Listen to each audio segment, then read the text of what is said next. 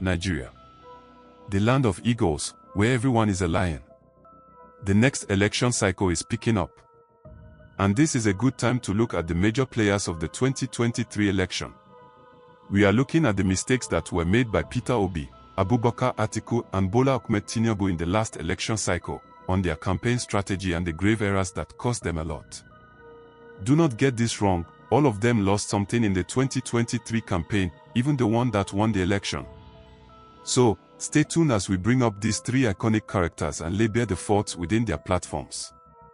Welcome to Platform Reviews. Part 2, The 7 Mistakes of Atiku Abubakar, see him doing them again. Former Vice President Abubakar Atiku. The man that has been in the big league of Nigerian politics since the era of the Babangida back-to-civilian prolonged games. Let us dive into the 7 mistakes of Atiku in the 2023 election campaign cycle. 1. Becoming president is my birthright stigma. Packaging this man would always be a challenge because of this stigma. Atiku has been at this since the 90s. He was on the same stage with Abiola and Tofa. He was there when Babagana Kingibe was around. And the real danger of being so long in one particular game is the birthright stigma. The fact that you have always been seen to be right at the top will make it hard to sell you again and again. And with Atiku, he has won the candidacy of every party he staked claim over, and made a bid to become their candidate, especially at the later stages of his political career, when he had built massive political capital to have his way. And this is the real problem here. He had always had his way. He had always come out on top in every party he decided to run. The perception then becomes, becoming the presidential candidate of any party, is now looking like a birthright.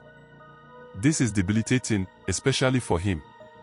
It is a messaging weapon for the opposition. A weapon that he did not have an answer for in 2023.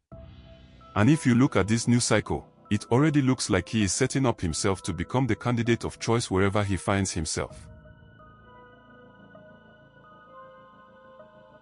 2. Overcoming the elitist disdain. This piggybacks on the first real issue we just touched upon. Elites do not despise Peter Obi as much as Atiku. This former vice president is a force of nature when it comes to hounding down whatever his side zeroes in on, and this had helped him in the business sphere to amass the wealth he has in his coffers, as well as in politics. The downside of this trait is that amongst peers, you can be seen to just be too pushy. You can be labeled as a non-centrist. In fact, and indeed the most debilitating label, is that you can be perceived to be selfish and inconsiderate. And they will naturally work against you. This disdain is real. This may just be the biggest mistake of the 2023 presidential campaign for this gentleman.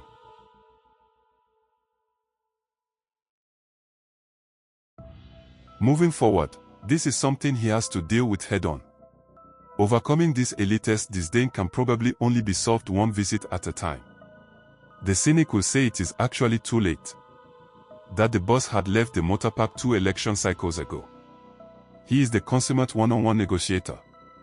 Unfortunately, this very plus will work against him here because they already know what he can do or offer, and they may just not be interested. If we are to be truly honest here and in the purest adherence to political strategizing, the only way such outreaches will now work for this political juggernaut is if he is putting his weight behind someone else or his own hand-picked candidate. 3. Overcoming the I just come chop support system and stigma.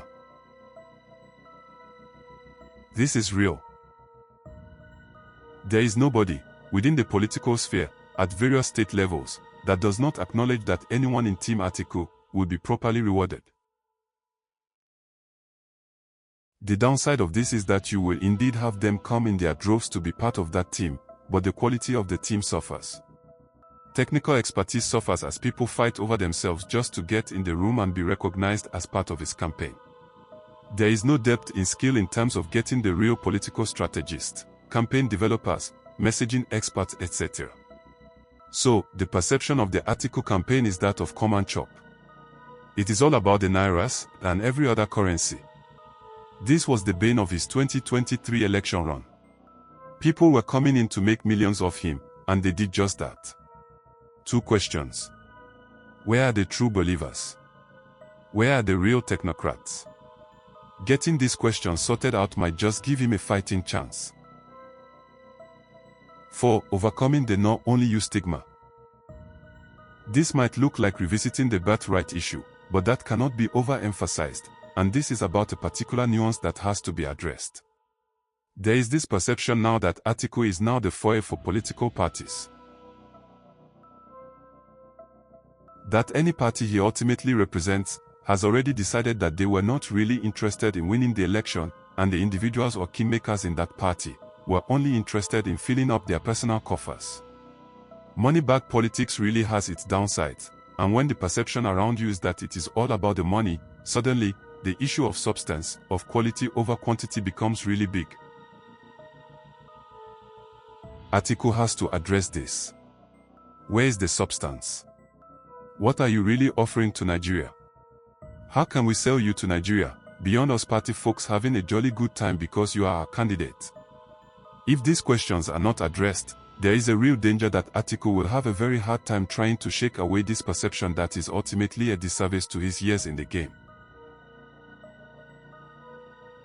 5. The stigma issue and your team.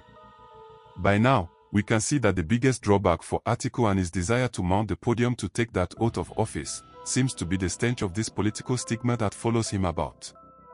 Of all the serious presidential candidates ever to grace the race for presidency, Atiku has the easiest and most debilitating handicap that can be exploited by the technical teams of the opposition. This means he really needs to reorder his house. And if there is any good thing to be said here, it is that he is likely the most willing to do the utmost in getting the best team around him.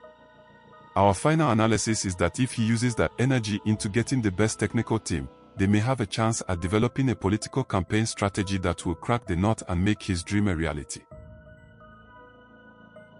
But the downside of this is that such a team may need more time than the next election cycle may have.